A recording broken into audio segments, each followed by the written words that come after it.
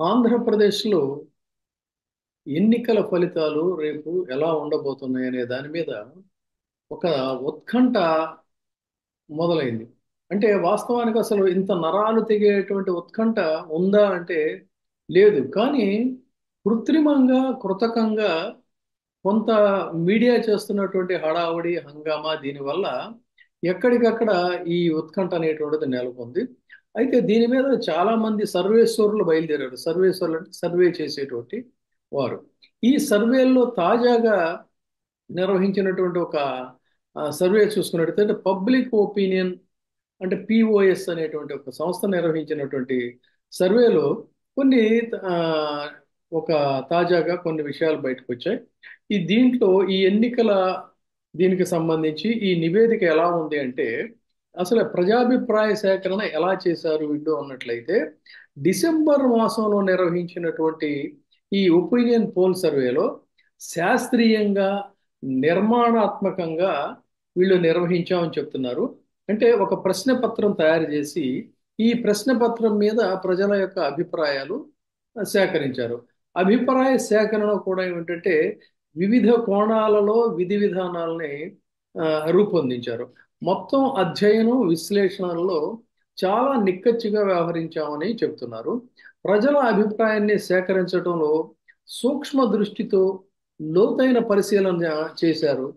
ఇది ప్రధానంగా ఏమిటి అన్నట్లయితే లబ్ధిదారులు సాధారణ ఓటర్లను క్షేత్రస్థాయిలో నమూనా ఓటర్లుగా వీళ్ళు ఎంపిక చేసుకున్నారు. ఆంధ్రప్రదేశ్ రాష్ట్రానికి ఇప్పటికిప్పుడు గనక ఎన్నికలు జరిగినట్లయితే అంటే ఇది డిసెంబర్ మాసంలో తీసుకున్నటువంటి సర్వే ప్రకారంగా వైఎస్ఆర్సిపి పార్టీకి 51.3% ఓట్లు వస్తాయని చెప్పని, టీడీపీకి 35.9% ఓట్లు వస్తాయని, జనసేన పార్టీకి 7.4% ఓట్లు వస్తాయని, బీజేపీకి 1.2% ఓట్లు వస్తాయని, ఇతరులకి 4.2% ఓట్లు వస్తాయనేటువంటిది ఈ సర్వే తెలుపుతున్నటువంటి ఇది.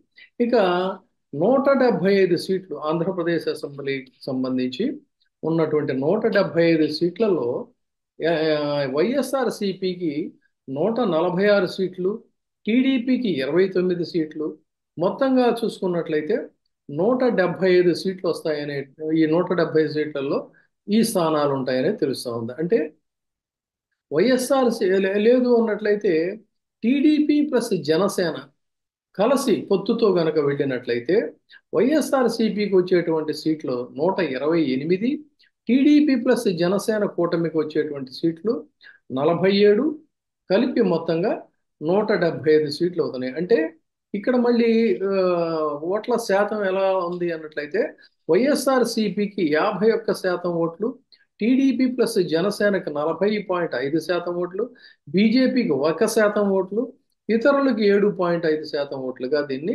మనం చూడాల్సి వస్తుంది.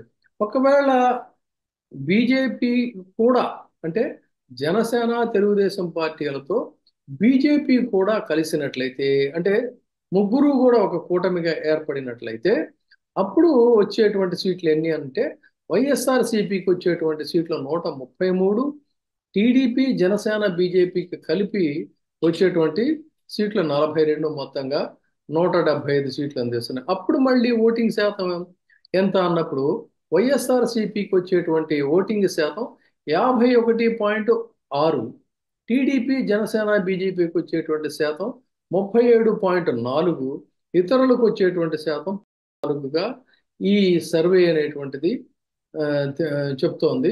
సో ఇది తాజాగా నిర్వహించిన సర్వే. దీని ప్రకారంగా బయట జరుగుతున్నటువంటి ప్రచారాలు కానీ ఇది కానీ ఎక్కడా కూడా సమీపంలో కూడా వైఎస్ఆర్ సిపిని ఢీకొట్టేటువంటి పరిస్థితి గత ఎన్నికల్లో ప్రజల ద్వారా 23 సీట్లకు పరిమితం చేసి ఘోరంగా తిరస్కరించబడినటువంటి తెలుగుదేశం పార్టీ కానీ కనీసం అధినాయకుడిని కూడా ఎంపిక చేయడానికి ఇష్టపడనటువంటి స్థితిలో ఘోరంగా 2 చోట్ల ఓడిపోయినటువంటి జనసేన పవన్ కళ్యాణ్ కానీ 1% ఓట్ల కంటే నోటా ఓట్ల కంటే కూడా తక్కువ వచ్చాయనేటువంటి ఒక అపఖ్యాతి ఆంధ్ర మూట కట్టుకున్న ఆంధ్రప్రదేశ్ బీజేపీ కానీ ఇలా ముగ్గురు కూడా ఎక్కడా కూడా సమీపంలో కూడా వైఎస్ఆర్సీపీని ఢీకొట్టే స్థితిలో లేరు.